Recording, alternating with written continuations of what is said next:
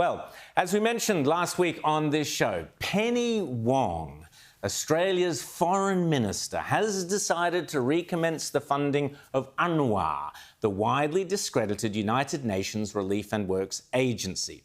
Writing in The Spectator Australia this week, David Adler from the Australian Jewish Association says that giving money to UNRWA is a serious betrayal of Australian Jews. He says that Labor is actively undermining Israel's strategy and that Labor is, quote, indirectly funding murderers, kidnappers and rapists. And that, quote, it is not an exaggeration to say that funding UNRWA is a policy dripping with blood, and Wong has her hands all over it, end of quote. So too, by extension, to the Teals, who only a few days earlier had all signed, here it is, yes, this bit of paper, signed the bit of paper, the disgraceful letter. Everyone's favourite Teal, Allegra Spender, there she is, that's her signature right here. You've got Kate Cheney from Perth, she signed it. Monique Ryan, Zali Stegel, Zoe Daniels, Sophie Scamps, Kylie Tink. Yes, here they all are, the hands that signed this bit of paper. What a joke. Supposedly compassionate and caring women, all sitting on the crossbenches. Here it is, there are all the signatures, representing some of the wokest electorates in Australia, urging your tax dollars to be handed over by the millions to UNRWA, an organisation with proven links to Hamas and the perpetrators of the rapes, murders and defiling of women and children and the barbaric atrocities of October 7th. Indeed, this week it was revealed by former UNRWA official Ahmed Wadat that terrorist boss, the terrorist boss of Hamas, Ismail Haniyeh, one of the masterminds behind October 7th, once worked as a teacher for UNRWA. Take that in. Yes, one of the masterminds behind October 7th once worked as a teacher for UNRWA, according to this report. And he is now a multi-billionaire terrorist living in luxury in Qatar. Further proof that, in my opinion, Labor and the Teals, by signing this letter, are no friends of Israel. But don't take my word for it. Let's ask another crossbencher. Baroness Ruth Deach is a crossbench life peer who sits in the House of Lords at Westminster. She is a renowned academic, lawyer and bioethicist. She was the former principal of St Anne's College in Oxford. She chaired the Human Fertilisation Embryology Authority. Ruth Deach's parents, incidentally, fled the Nazis from Poland and arrived in Britain the very day the Allies declared war on Nazi Germany. If Penny Wong or Allegra Spender or Monique Ryan or Kate Cheney or any of the other Teals or Labor MPs were to sit down with Baroness Deach, they'd bothered to, this is what she would tell them about the organisation they are so keen to offer Australian tax dollars to, UNRWA. UNRWA is the problem, not the solution. It hasn't resettled a single person since 1948.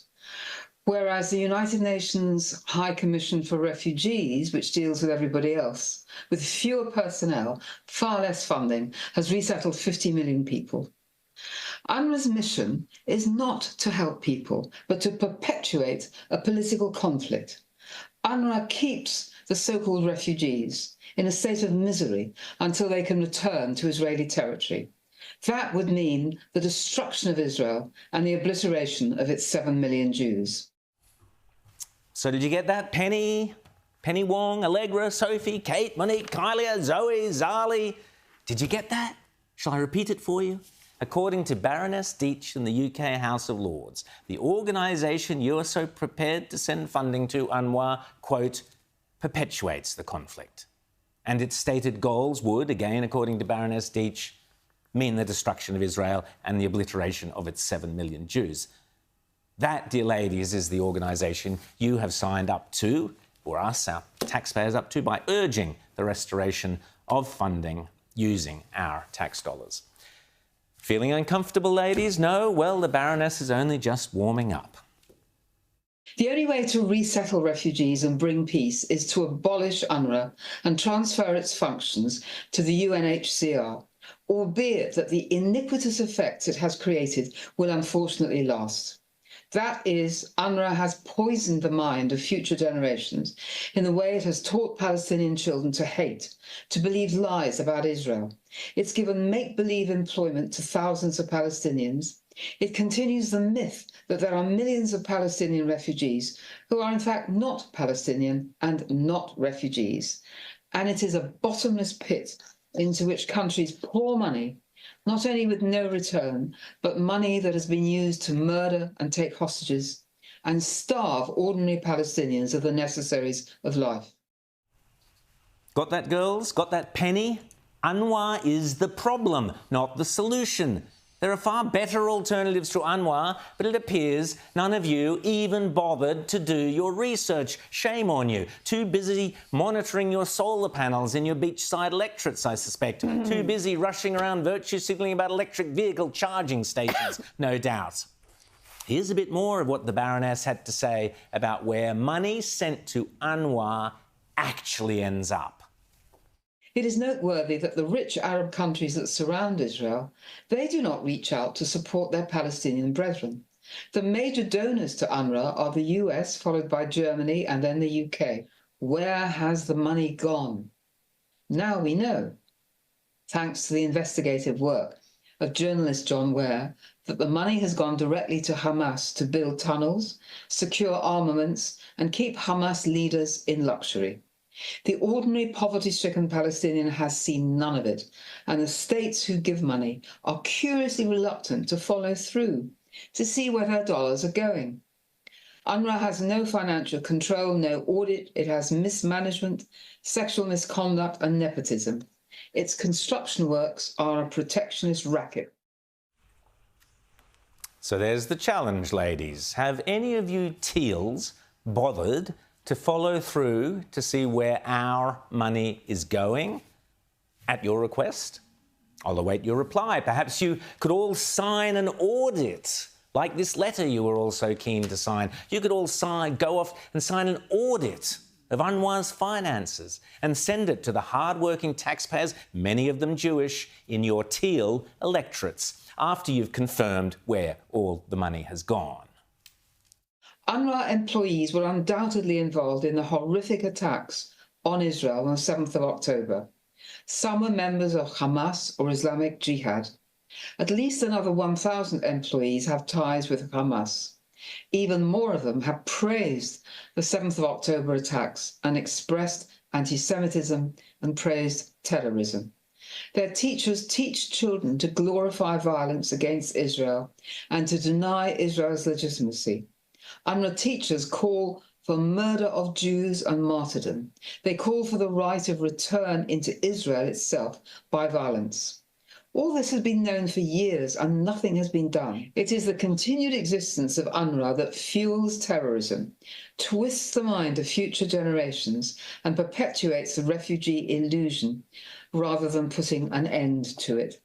The remains of UNRWA should be folded into the United Nations High Commissioner for Refugees.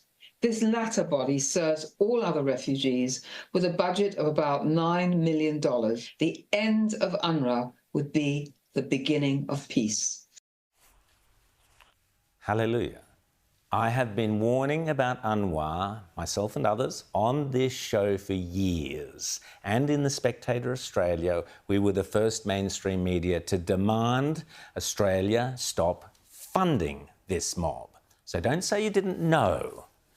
Now, this letter to Penny Wong also says, quote, from the teals, it is critical that Australian aid does not ever fund or indirectly support terrorists. Good. And that those responsible for the horrific attacks on October 7th are brought to justice. Absolutely.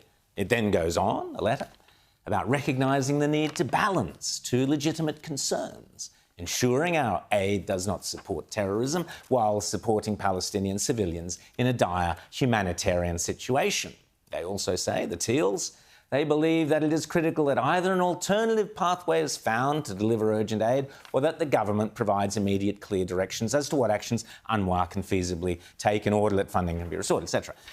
Fine words, but they don't mean anything, because the restoration of funding to UNRWA by Penny Wong has now taken place. It took place almost immediately after this letter, after you all signed this letter, without the problems being solved. Listen to Baroness Deach. The bottom line is we are sending Australian tax dollars to an organisation with proven links to October 7th and an organisation that is the problem, not the solution. An organisation that, in her words, perpetuates the conflict.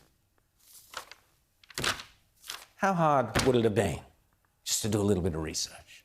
So I urge everyone who cares about the state of Israel, who cares about ending this conflict, who cares about how your Australian tax dollars are spent and about finding genuine solutions as opposed to woke, teal-tinged virtue signalling, never vote Labor, never vote Greens and never vote Teals. The Teals were all happy to sign this bit of paper. Reckless and lazy does not even begin to describe Penny Wong's actions, urged on by every single one of the Teals.